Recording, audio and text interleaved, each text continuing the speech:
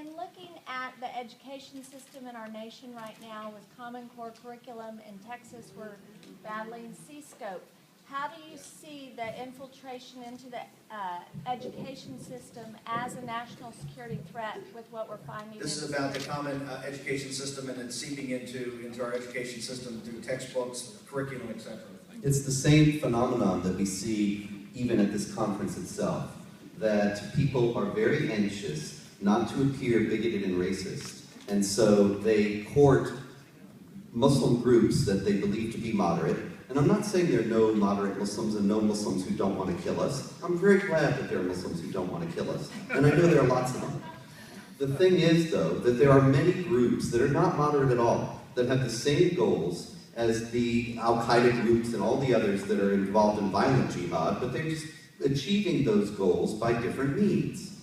This is very manifest and obvious in all kinds of ways. One of these groups is the Council on Islamic Education that has consulted because they don't want to be anti-Muslim and they want to be fair and you know, all sorts of good intentions by Houghton Mifflin, by McGraw-Hill, by all the textbook publishers of public school textbooks in the United States. They run their textbooks by the Council on Islamic Education and groups like it in order to make sure that what it says about Islam is accurate. Now, the problem is that the people who are running them by these groups are not intelligent enough or informed enough. I should say informed enough. They might be very intelligent, but they haven't studied Islam. They don't know what it's about. And so they get back these whitewash texts that are essentially proselytizing. And these are being taught in the schools. And you know, Pamela Geller and I caught hell last year for pointing out that Governor Rick Perry was involved with implementing exactly one of these whitewashed curriculums into the Texas public schools. And everybody said, no, Rick Perry is our great hope to beat Obama, and we can't criticize him. Well, this is exactly the problem that's with this movement. Look, if Rick Perry does something that's wrong, and obviously he was not the great hope that was going to beat Obama anyway, but we ought to be able to speak about these things. He implemented a curriculum under the supervision of the Aga Khan Ismaili Shiites, and it was a complete whitewash of Islam, and now they're dressing in burqas and praying to Allah in Texas public schools. There is no, it's very clear that what we uncovered about the curriculum was accurate. So the point is that the infiltration is very great, but it's very sophisticated, and people for the best of intentions fall for it. We have to be more alert and more aware. It's proselytizing.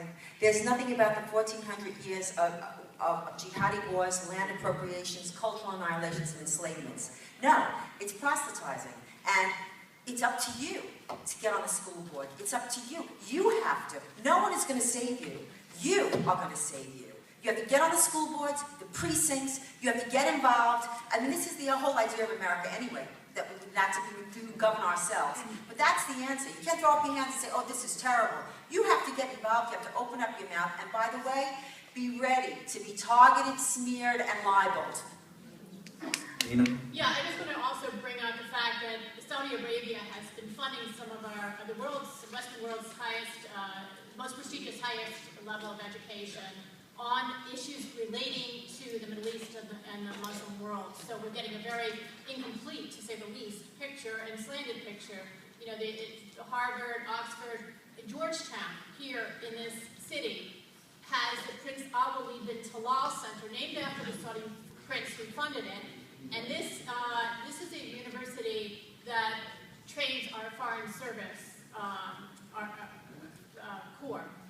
This is a very severe problem, and I second what Pamela said, which is that we have democratic rights. We can make a difference if we raise our voices, if we start writing, if we start leaning on our members of Congress to speak up as well. Congressman Frank Wolf, God bless him, in Virginia. Tula Gulen, an Islamist cleric who operates a multi-billion-dollar enterprise, including a whole host of schools, 1,000 of them worldwide, 135 of them in this country, 38 in Texas alone.